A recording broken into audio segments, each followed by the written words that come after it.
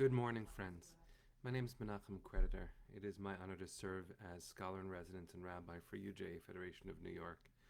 We bring you Torah and music and friendship and love. Every weekday morning at 9 o'clock, we've been doing so since March 18th of 2020, and today is broadcast 231. It's been an incredible blessing and privilege to be part of convening our community each morning and coming to know each other and share mornings together and launch our way into better days. So thank you all for being present. Let's see who's here so we can wish each other a good morning. If you'd like to share where you're from, that is a lovely way for us to get to know each other just a little bit more. Barry, Booker, Tov, Carl, Bob, Iris, Haiti, Linda. So good to see you all. Hi, everybody. Joy. Good, almost Shabbat. Why not? It's Thursday. Let's get ready for it. Ellen and Penny, happy birthday, Ellen. Anne, nice to see you, my friend. Fern, Karen, Booker Tov, everybody. Hi, Roberta. Nice to see you all here. Donna and Linda.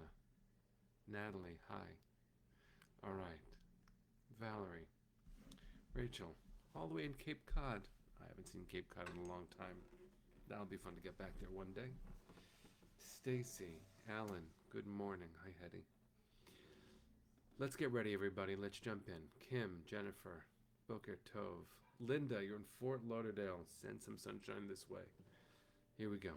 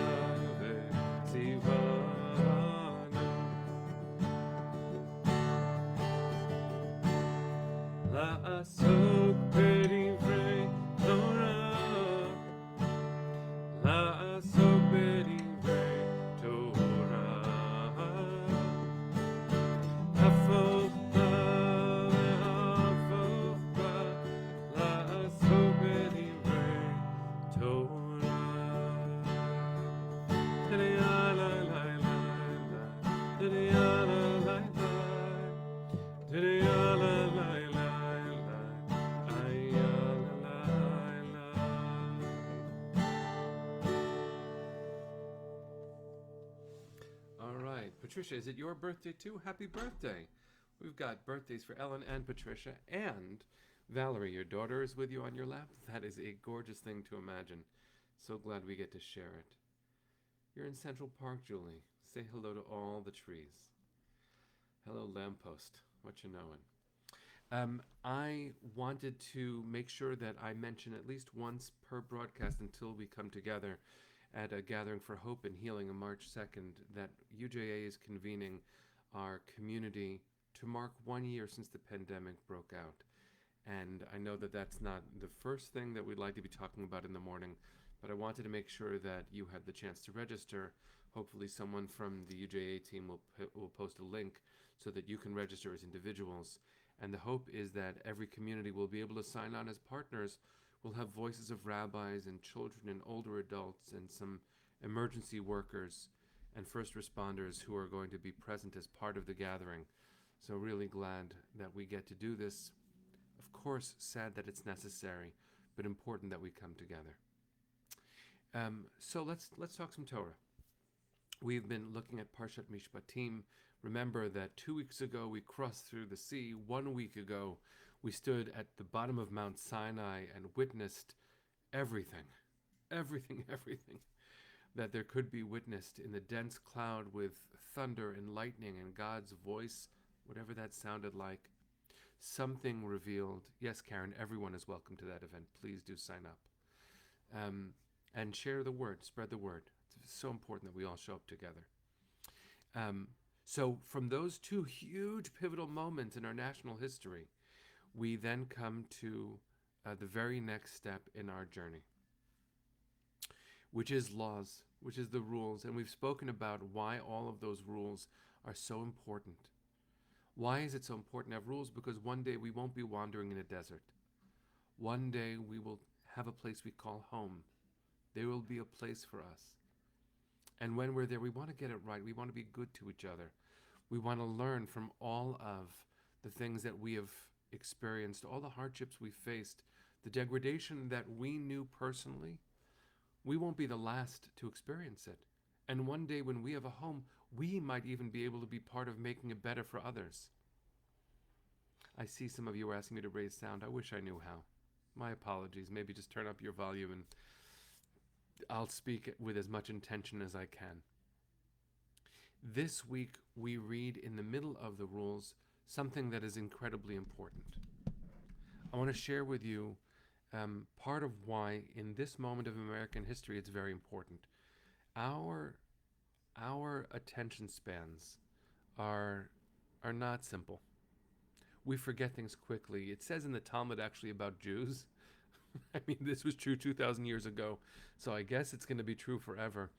We don't remember. It says Israel doesn't remember the problems of long ago because there are more recent problems that arise. So that's one of the reasons that our attention span is not as extended as we might have hoped. We don't remember things, and there are things we would choose to forget. If you've been paying attention to headlines recently, it's incredibly painful, and it's important. Because if we don't remember what we have gone through, what happened to us, and what some of our leaders enabled, we are doomed to go through incredible hardship and violence again. And Mishpatim, this week's Torah portion, reminds us, in order to build a society that is worthy of our children and worthy of us, and tries to aim for God's best hopes for humanity and the world, we have to remember and not forget. So there are two things I wanted to point to. One of them is a book, and one of them is the Parsha itself, is the Torah portion. So the book is not a happy one. I'm sad that I helped make it happen and that it needed to happen. But these images that happened not too long ago, today is February 11th, and these images are from January 6th of this same year. These are the images. And we are commanded by tradition to remember and not forget. It is so important for us to remember. Now, what does it mean?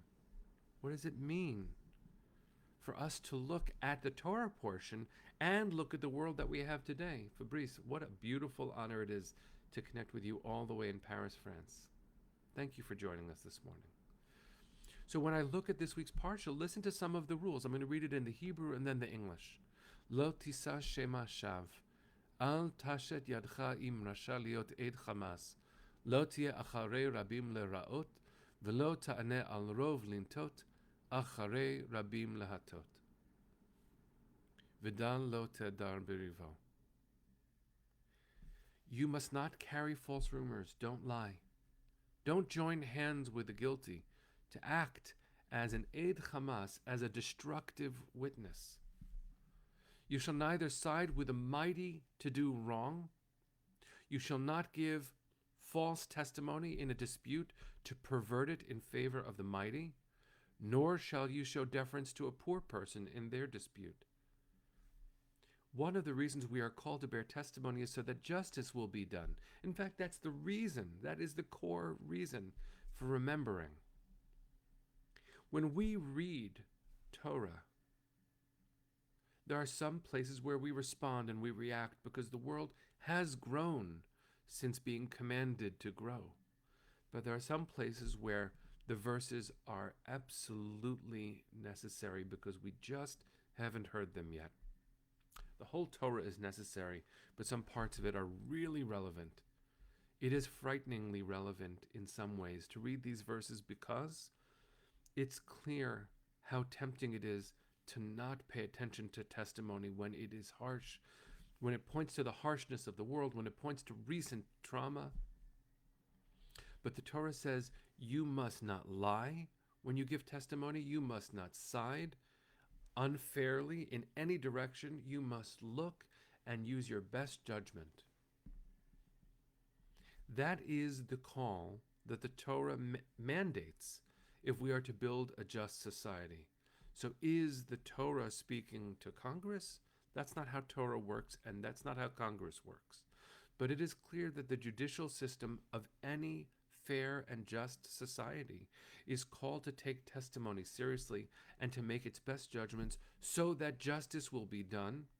And the only way for that to happen is if we are brave and courageous and bear testimony. And remember, there is a retelling of history that whitewashes it all. There is a naive learning of history, at least as I did as a child, that sometimes needs to be unlearned. In the words of Dr. Martin Luther King Jr.'s daughter, Reverend Bernice King, she said, "I'm tired of being told that this is not America." She said, "This is not the America we want. This is not the America that we dream of. But this has been America." And I'll only hold up these images one more time, not because I want us to pay attention to them and not be able to look away, but it's so important to remember them. This just happened. This just happened. And we are called to bear testimony so that it doesn't happen again. We are called to call upon our leaders to bear testimony, to be honest about the trauma they went through themselves, and to recognize that the heart of our nation was violated. We, as a nation, were violated and threatened. That wasn't an attack on one side of a political aisle. That was an attack on our heart. And we are called not to side with the mighty to do wrong. We are called to bear honest testimony. That's what this week tells us. We came from splitting the sea and suddenly being free, or being offered the chance to earn freedom, to learn freedom. We weren't able, in the origin story of Moses and the Israelites, to even hear the language of freedom from, the Torah calls it from Kotzer Ruach. Our hearts were constricted. Our lungs were constricted. We couldn't even breathe in the possibility of tomorrow. Moses said to Pharaoh, "Let my people go." Pharaoh said no, but Moses also spoke to the Israelites, and the Israelites couldn't hear it. The world had no space for freedom, couldn't imagine or remember its way forward. We are called to do so much better than that. We have crossed the sea. We stood at the mountain. We encountered the divine. And then we received the mandates if we were to build a just society. For the sakes of our children. For the sakes of our home. Now, some of us have a home in this nation, in the United States, and some of us find ourselves elsewhere. But any country is going to build a history. And every moment of history is going to be influenced by the leaders that are chosen by and for and of the people. These are complicated things to say, but they're not so complicated to yearn for honesty, testimony, memory, and justice. So friends, I want to bless you to pay attention, to not look away, not to have these images be the only thing you see, but to not willingly forget it, and not to let go on the memory that could point the way forward. Because we don't want our memories to be repeated. We are told, and you and I know this quote well, those who forget the past are condemned to repeat it. May we be blessed to remember the past so that we will not repeat it. So that when we say justice will be done, it's actually a commitment towards building a just society in the spirit of Mishpatim, in the spirit of this week's Torah portion. So, we've got birthdays we are celebrating. We have children on our laps. We have a world to love so deeply. So I want to bless you that that is what we do. We love the world enough that we pursue justice during our days upon it. That's the mandate. That's the mandate. Tzedek, tzedek, tirdof. We say it later in the Torah, but let's say it now too. Justice, justice, let's pursue. Let's go into a good day, everybody. Here we go.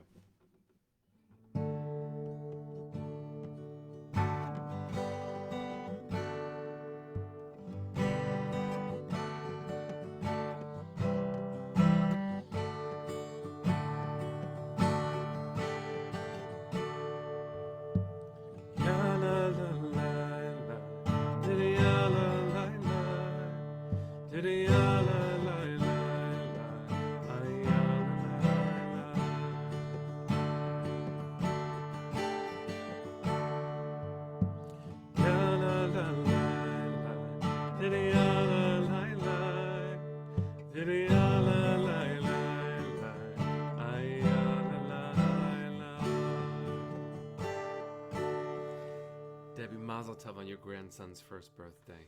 Have a beautiful day, everyone. See you tomorrow morning at 9 o'clock.